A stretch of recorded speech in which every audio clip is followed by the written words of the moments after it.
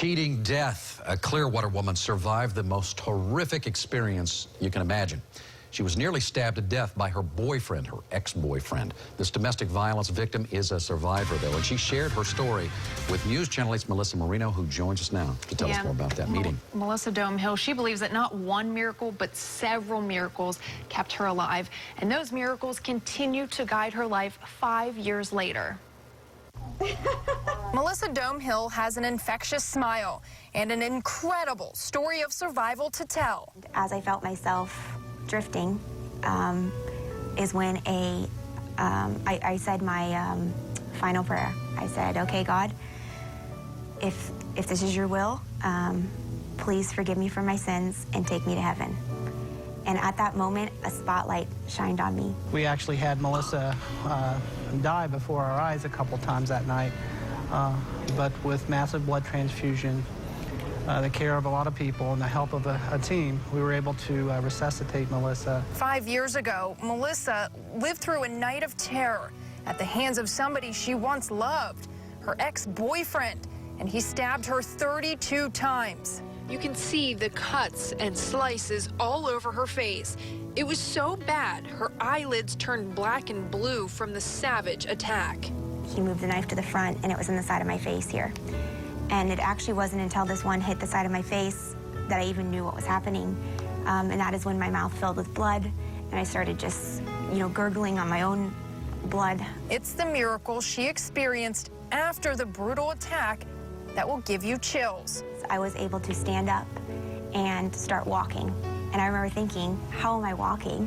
This is a miracle. How am I walking? She believes angels, yep, that's right, angels, carried her so her attacker couldn't finish her off. And those same angels gave her a voice when first responders arrived. My larynx was stabbed, and I shouldn't have been able to be speaking. But God gave me my voice, and I was able to state who I was, who my attacker was, and what his truck looked like in the direction he left in. A voice Melissa now uses for what she believes is her true calling, helping others through the organization Hands Across the Bay. The reason I feel God's granted so many miracles for my life is that he had to show me my purpose. And I feel that my purpose on this earth is to be an advocate, speaking out against domestic violence. You're literally talking to someone who, for every reason, would not even be here right now, but she is. She literally lived to tell her story. And there's one more miracle left, the biggest miracle of all. Will you marry me? That miracle is Cameron, the paramedic who saved her life and gave her a new reason to smile. One of the people that responded that night and saw probably the most horrible thing happen to you is now your husband. Yes. How does that happen? Okay, yeah, it's really crazy, and it is a miracle. I mean, it is unbelievable, and it's real, it's true. It's my life story. It's not, it's my own personal fairy tale. A tale almost twisted by hate, but instead rewritten by destiny.